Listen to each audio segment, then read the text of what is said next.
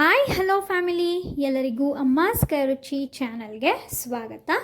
ನಾನಿವತ್ತು ತುಂಬ ಸುಲಭವಾಗಿ ಮನೆಯಲ್ಲೇ ನಿಮಗೆ ಹೊರಗಡೆ ಸಿಗೋ ಥರ ಬೇಕ್ರಿಲಿ ಸಿಗೋ ಥರನೇ ಬೆಣ್ಣೆ ಮುರುಕನ್ನು ಹೇಗೆ ಮಾಡ್ಕೊಳ್ಳೋದು ಅಂತ ತೋರಿಸ್ತಾ ಇದ್ದೀನಿ. ಮನೆಯಲ್ಲೇ ನೀವು ತುಂಬ ಈಸಿಯಾಗೆ ಮಾಡ್ಕೊಬೋದು.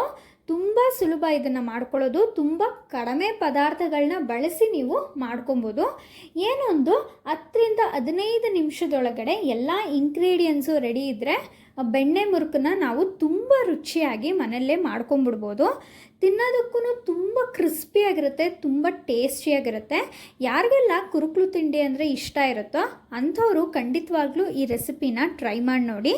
ಹಾಗಾದರೆ ಈ ಬೆಣ್ಣೆ ಮುರುಕನ್ನ ಹೇಗೆ ಮಾಡೋದು, ಇದನ್ನು ಮಾಡೋದಕ್ಕೆ ಏನೆಲ್ಲ ಬೇಕು ಅಂತ ನೋಡೋಣ ಬನ್ನಿ. ಇಲ್ಲಿ ನಾನು 1 ಕಪ್ಪಷ್ಟು, ಒಂದು ದೊಡ್ಡ ಕಪ್ಪಲ್ಲಿ ಅಕ್ಕಿ ಹಿಟ್ಟನ್ನು ತೊಗೊಂಡಿದ್ದೀನಿ.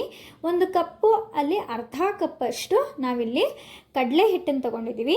ಇಲ್ಲಿ ನಾವು ಹುರ್ಗಡ್ಲೆನ ಮಿಕ್ಸಿಗೆ ಹಾಕಿ ಪುಡಿ ಮಾಡಿ ಎತ್ತಿಟ್ಕೊಬೇಕು. ಆದ್ದರಿಂದ ನಾನು ಇಲ್ಲಿ ನಿಮಗೆ ತೋರಿಸ್ತಾ ಇದ್ದೀನಿ. ಹುರ್ಗಡ್ಲೆ ಪುಡಿ ಬೇಕಾಗುತ್ತೆ. ನಾವಿಲ್ಲಿ ಮಿಕ್ಸಿ ಮಾಡಿ ಎತ್ತಿಟ್ಕೊಂಡಿದ್ದೀವಿ, ನೋಡ್ತಾ ಇರ್ಬೋದು. ಒಂದು ಅರ್ಧ ಬಟ್ಲಷ್ಟು, ಒಂದು 3 ಟೇಬಲ್ ಸ್ಪೂನಷ್ಟು ಬಿಳಿ ಎಳ್ಳು ಬೇಕಾಗುತ್ತೆ.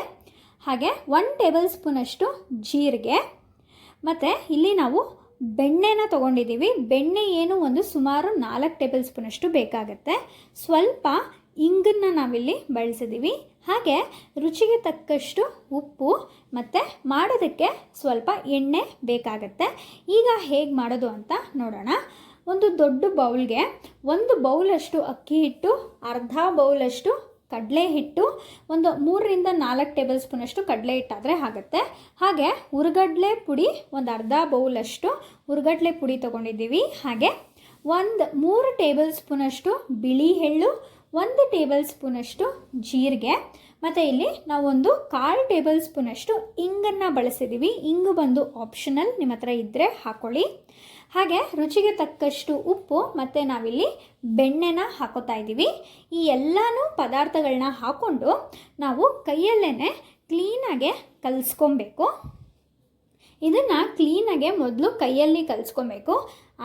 ಆದಮೇಲೆ ನಾವು ನೀರು ಹಾಕ್ಕೊಂಡು ಕಲಿಸ್ಕೊಬೇಕಾಗತ್ತೆ. ನೋಡಿ, ಈ ರೀತಿ ಕೈಯಲ್ಲಿ ಕಲಿಸ್ಕೊಂಡ್ಮೇಲೆ ಇದಕ್ಕೆ ಸ್ವಲ್ಪನೇ ನೀರು ಹಾಕ್ಕೊಂಡು ಕಲಿಸ್ಕೊಬೇಕಾಗತ್ತೆ. ಒಂದೇ ಸಲ ನೀರು ಹಾಕ್ಕೊಳ್ಳೋಕ್ಕೆ ಹೋದರೆ ಇದಕ್ಕೆ ಎಷ್ಟು ನೀರು ಬೇಕಾಗುತ್ತೆ ಅನ್ನೋ ಒಂದು ಅಳತೆ ನಮಗೆ ಗೊತ್ತಾಗೋದಿಲ್ಲ. ಆದ್ದರಿಂದ ಅದಕ್ಕೆ ಎಷ್ಟು ನೀರು ಬೇಕಾಗುತ್ತೆ ಅನ್ನೋದನ್ನ ನಾವು ಸ್ವಲ್ಪನೇ ಹಾಕ್ಕೊಂಡು ಕಲಿಸ್ಕೊಬೇಕು. ನಾವು ತೋರಿಸೋ ಅಂಥ ಒಂದು ಹದಕ್ಕೆ ತುಂಬ ಸಾಫ್ಟಾಗೆ ಕಲಿಸ್ಕೋಬೇಕು. ಸೊ ನಾವು ನೋಡಿ ಇಲ್ಲಿ ತೋರಿಸ್ತಾ ಇದ್ದೀವಿ, ಎಷ್ಟು ಸಾಫ್ಟಾಗೆ ಕಲಿಸ್ಕೊಂಡಿದ್ದೀವಿ, ನೀವೇ ನೋಡ್ತಾ ಇರ್ಬೋದು. ಈ ಹದಕ್ಕೆ ನೀವು ಕೂಡ ಕಲಿಸ್ಕೊಬೇಕಾಗತ್ತೆ. ಈಗ ಇದು ರೆಡಿ ಇದೆ. ಸೊ ನೀವೇ ನೋಡ್ತಾ ಇರ್ಬೋದು. ಇದು ಆದಮೇಲೆ ಇಲ್ಲಿ ನೋಡಿ, ಇದನ್ನು ನಾವು ಚಕ್ಲಿ ಮಾಡೋದಕ್ಕೆ, ಹಾಗೆ ಸಂಡಿಗೆ ಮಾಡೋದಕ್ಕೆ ಎಲ್ಲನೂ ಕೂಡ ಈ ಚಕ್ಲಿ ಒತ್ತೋ ಹೋಳನ್ನು ಬಳಸ್ತೀವಿ. ಎಲ್ಲರ ಮನೆಯಲ್ಲೂ ಇದು ಇರುತ್ತೆ ಅಂತ ಭಾವಿಸ್ತೀನಿ. ಸೊ ಈಗ ಇದು ನಾವು ಬೆಣ್ಣೆ ಮುರುಕು ಮಾಡೋಕ್ಕೆ ಕೂಡ ಇದನ್ನೇ ಬಳಸ್ಕೊತಾ ಇದ್ದೀವಿ. ಮೊದಲಿಗೆ ಇದನ್ನು ಯೂಸ್ ಮಾಡೋಕ್ಕಿಂತ ಮುಂಚೆ ಇದಕ್ಕೆ ಕ್ಲೀನಾಗೆ ನಾವು ಎಣ್ಣೆನ ಸವರ್ಕೊಬೇಕು. ಆದಷ್ಟು ಕ್ಯಾಪಿಗೆಲ್ಲನೂ ಕೂಡ ಸವರ್ಕೋಬೇಕು. ಸೊ ಎಣ್ಣೆ ಹಾಕ್ಕೊಂಡ್ಮೇಲೆ ಚಕ್ಲಿ ಒತ್ತೋ ಹೋಳಿಗೆ ಎಷ್ಟು ಹಿಡಿಯುತ್ತೋ ಅಷ್ಟು ನಾವು ರೆಡಿ ಮಾಡ್ಕೊಂಡಿರೋ ಅಂಥ ಹಸಿಟ್ಟನ್ನ ತುಂಬ ಹಾಕೋಬೇಕಾಗತ್ತೆ. ನೋಡಿ, ನಾವೀಗ ತೋರಿಸ್ತಾ ಇದ್ದೀವಿ, ನೋಡ್ಬೋದು. ಸೊ ಈ ರೀತಿಯಾಗಿ ಹಸಿಟ್ಟನ್ನು ಚಕ್ಲಿ ಒತ್ತೋ ಹೋಳಿಗೆ ಪೂರ್ತಿ ತುಂಬ ಹಾಕ್ಕೊಂಡು ಇದಕ್ಕೆ ಕ್ಯಾಪ್ನ ಕ್ಲೋಸ್ ಮಾಡ್ಕೊತಾ ಇದ್ದೀವಿ. ಇದಕ್ಕೆ ನಾವು ಎಣ್ಣೆ ಸವರ್ಕೊಳ್ಳೋದ್ರಿಂದ, ಸೊ ನೀವು ಬೆಣ್ಣೆ ಮುರುಕನ್ನ ಎಣ್ಣೆ ಒಳಗೆ ಬಿಡಬೇಕಾದ್ರೆ ತುಂಬ ಈಸಿಯಾಗೆ ಬರುತ್ತೆ. ಏನೂ ಒಂದು ಟೈಟ್ನೆಸ್ ಅನ್ನೋದು ಆಗೋದಿಲ್ಲ. ಆದ್ದರಿಂದ ಎಣ್ಣೆ ಹಾಕೋಬೇಕು. ಇದಾದಮೇಲೆ ನಾವು ಆಗಲೇ ಎಣ್ಣೆನ ಕಾಯೋದಕ್ಕೆ ಇಕ್ಕಿದ್ದು. ಸೊ ಡೀಪ್ ಫ್ರೈ ಮಾಡೋಷ್ಟು ಎಣ್ಣೆನ ಕಾಯಕ್ಕಿಟ್ರೆ ಸಾಕಾಗತ್ತೆ.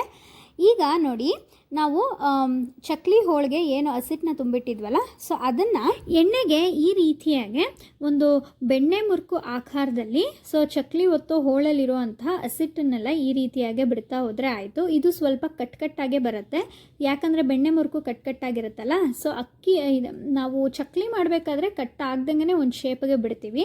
ಆದರೆ ಬೆಣ್ಣೆ ಮುರುಕನ್ನ ಈ ರೀತಿಯಾಗಿ ಕಟ್ಟಾಗಿ ಬಿಟ್ಟರೆ ಆಗುತ್ತೆ, ತುಂಬ ಚೆನ್ನಾಗಾಗುತ್ತೆ. ನೋಡ್ತಾ ಇರ್ಬೋದು. ಇದನ್ನು ಈಗ ಚೆನ್ನಾಗೆ ಎಣ್ಣೆಯಲ್ಲಿ ಡೀಪ್ ಫ್ರೈ ಮಾಡ್ಕೋಬೇಕು.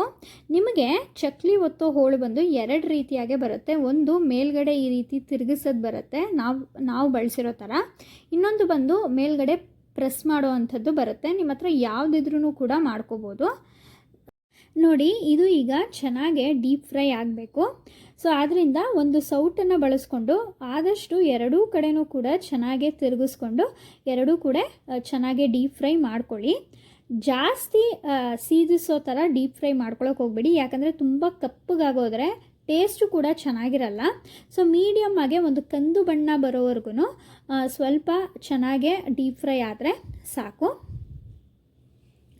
ಇದು ಸ್ವಲ್ಪ ಟೈಮ್ ಹಿಡಿಯುತ್ತೆ. ಸೊ ಆದ್ದರಿಂದ ಬೇಯೋದಕ್ಕೆ ಸ್ವಲ್ಪ ಟೈಮ್ ಹಿಡಿಯುತ್ತೆ.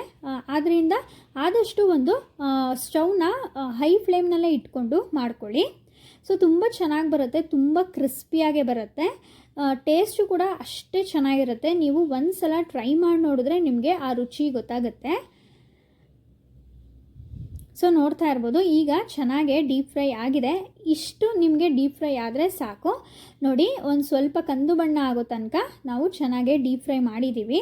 ಸೊ ಇದನ್ನೆಲ್ಲ ಈಗ ನಾವು ಒಂದು ತಟ್ಟೆಗೆ ಒಂದು ಸ್ವಲ್ಪ ಟಿಶ್ಯೂ ಪೇಪರ್ನ ಹಾಕ್ಕೊಂಡು ಅದರ ಮೇಲೆ ಈ ಬೆಣ್ಣೆ ಮುರುಕನ್ನು ಹಾಕೋತಾ ಇದ್ದೀವಿ. ಟಿಶ್ಯೂ ಪೇಪರ್ ಸ್ವಲ್ಪ ಎಣ್ಣೆನ ಹೀರ್ಕೊಳ್ಳುತ್ತೆ. ಆದ್ದರಿಂದ ಇದೇ ಥರನೇ ನಾವು ರೆಡಿ ಮಾಡ್ಕೊಂಡಿರೋವಂಥ ಹಸಿಟ್ಟಲ್ಲಿ ಮಿಕ್ಕಿರೋ ಹಸಿಟ್ಟನ್ನು ಕೂಡ ಇದೇ ಥರನೇ ನಾವು ಬೆಣ್ಣೆ ಮುರುಕನ್ನ ಮಾಡಿ ಎತ್ತಿಟ್ಕೊಂಡಿದ್ದೀವಿ. ಸೊ ಇಲ್ಲಿ ನಾನು ನಿಮಗೆ ಒಂದು ಸಲ ಮಾಡಿ ತೋರಿಸಿದ್ದೀನಿ. ನೋಡಿ, ಒಂದು ಪ್ಲೇಟ್ ಮೇಲೆ ಟಿಶ್ಯೂ ಪೇಪರ್ ಹಾಕಿ ಅದರ ಮೇಲೆ ಬೆಣ್ಣೆ ಮುರುಕನ್ನ ಹಾಕಿದ್ದೀನಿ. ಈ ರೀತಿ ಮಾಡೋದ್ರಿಂದ ಆ ಟಿಶ್ಯೂ ಪೇಪರು ಬೆಣ್ಣೆ ಮುರುಕಲ್ಲಿರೋವಂಥ ಎಣ್ಣೆನೆಲ್ಲ ಆದಷ್ಟು ಹೀರ್ಕೊಳ್ಳುತ್ತೆ. ಆದ್ದರಿಂದ ನೋಡಿದ್ರಲ್ಲ, ಎಷ್ಟು ಸುಲಭವಾಗಿ ಮನೆಯಲ್ಲೇ ತುಂಬ ಕಡಿಮೆ ಸಮಯದಲ್ಲೇ ಕಡಿಮೆ ಪದಾರ್ಥಗಳನ್ನ ಬಳಸ್ಕೊಂಡು ಹೊರಗಡೆ ನಿಮಗೆ ಏನು ಬೆಣ್ಣೆ ಮುರುಕು ಸಿಗುತ್ತಲ್ಲ ಅದೇ ರುಚಿನೇ ನೀವು ಮನೆಯಲ್ಲೇ ತುಂಬ ಹೇಗೆ ಸುಲಭವಾಗಿ ಬೆಣ್ಣೆ ಮುರುಕು ಮಾಡ್ಕೊಳ್ಳೋದು ಅನ್ನೋದನ್ನ ನಾನು ನಿಮಗೆ ಈ ವಿಡಿಯೋನಲ್ಲಿ ತೋರಿಸಿದ್ದೀನಿ.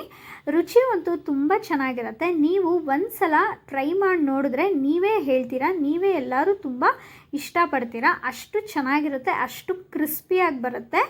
ಸೊ ಈ ರೆಸಿಪಿ ನಿಮಗೆ ಈಗ ವರಮಹಾಲಕ್ಷ್ಮಿ ಹಬ್ಬ ಬರ್ತಿರೋದ್ರಿಂದನೂ ಕೂಡ ದೇವರಿಗೆ ನೈವೇದ್ಯವಾಗೂ ಕೂಡ ಇಡ್ಬೋದು. ಹಾಗೆ ಚಕ್ಲಿ ನಿಪ್ಪೊಟ್ಟು ಯಾವಾಗಲೂ ಮಾಡಿ ಬೇಜಾರಾಗಿದ್ದರೆ ಈ ರೀತಿಯಾಗಿ ಒಂದು ಸಲ ಬೆಣ್ಣೆ ಮುರುಕು ರೆಸಿಪಿನ ಮನೆಯಲ್ಲೇ ಟ್ರೈ ಮಾಡಿ ನೋಡಿ. ಮಾಡ್ಕೊಳ್ಳೋದು ಕೂಡ ತುಂಬ ಸುಲಭ.